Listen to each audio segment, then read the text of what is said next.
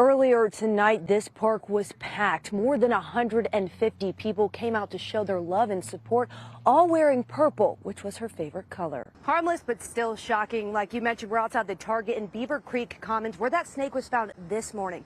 Now, a team member says they believe it might have come in on a cart like this. Crowds and crowds of people, and it's been that way for hours now. As you can see behind me, the line just wraps around the corner, and that's not just there, it's also across the street. More than 30 people gathered in front of the Capitol building tonight and along these steps, all to remember Brown and demand change. Many of us are running into the new year with a common goal, shedding the pandemic pout. But this year looks a lot different for gyms across the triangle. Very exciting, and the experts we talked to tonight tell us it's very reassuring news.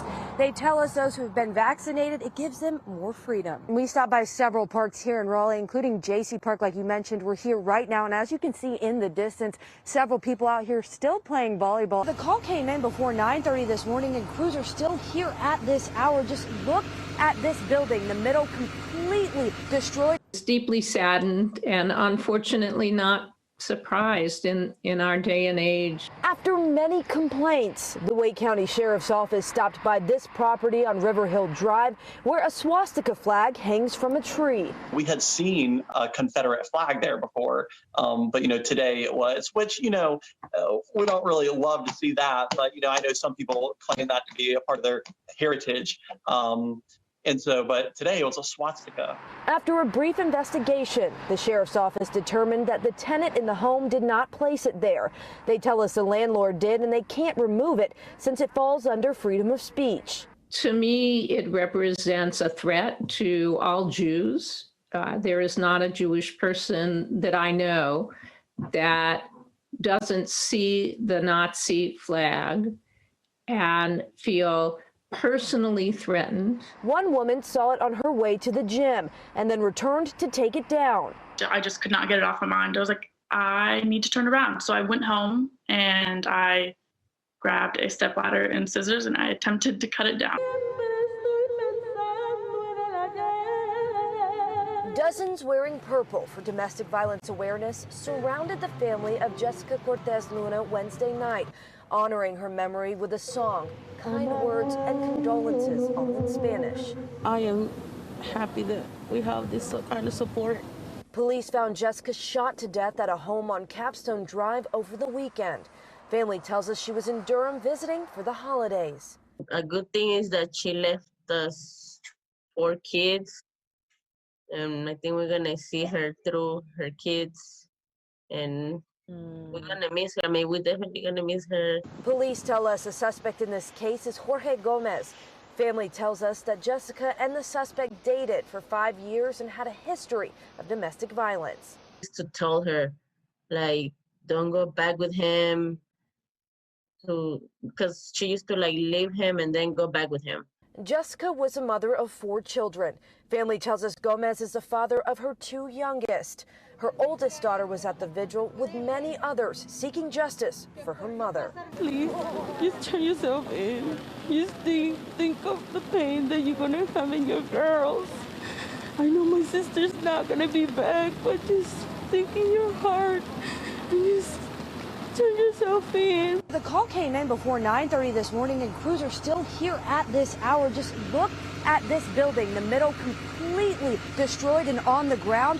What's left of people's apartments. You can see mattresses, ceiling fans, doors, charred pieces of wood, what's left of people's lives. Now, the students we talked to tell us they were told to grab what they could when they could, but a lot of them couldn't grab much.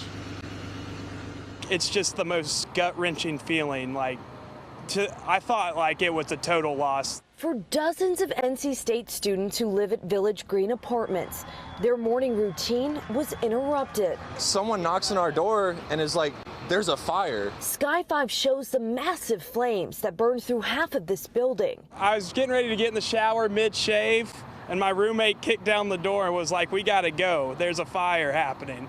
With no time to finish his shave and the wisp of beard to prove it, senior Elijah Presnell escaped his apartment while the fire raged above. By the time we just got outside, there were flames shooting out that window. Many, like junior Matthew Allen, were in such a rush they didn't even have time to grab his own shoes. Had to borrow some shoes. The Red Cross, apartment employees, and university officials were all there to help, offering assistance, including grants to help replace laptops and books. So we have a program called Pack Essentials on campus, which is a program that helps connect students that are experiencing food, housing, or financial insecurity. And certainly something like this can cause all of those. NC State faculty were notified and will work with students impacted by the fire. But for those like Presnell who don't have renter's insurance for property, it'll be a challenge getting back on his feet. Luckily, I got my laptop out for classes, but that was it. Our TV, speakers, chargers, headphones, PlayStations, everything else electronics toast. This is not something you typically find on the shelves in Target. A black rat snake slithering through the cans of Bush's baked beans. I thought it was a child's toy. So I thought, oh my goodness, somebody's pranking me. Where's the camera? You know, this is a joke, because it was totally still. Thinking the snake was fake, Diane Dupre grabbed some beans while grocery shopping at the Target in Beaver Creek Commons in Apex. I was going to take a photo. The tongue came out. And that's how I knew. This is a real snake. Alone in the canned goods section with a very unexpected guest, she called for help. I looked up and down the aisle. I was freaking out, calmly freaking out. After getting another shopper's attention, Can't even look at this. It's, hurry. I'm telling the men to hurry. Target team members got the snake out safely and released it back into the wild.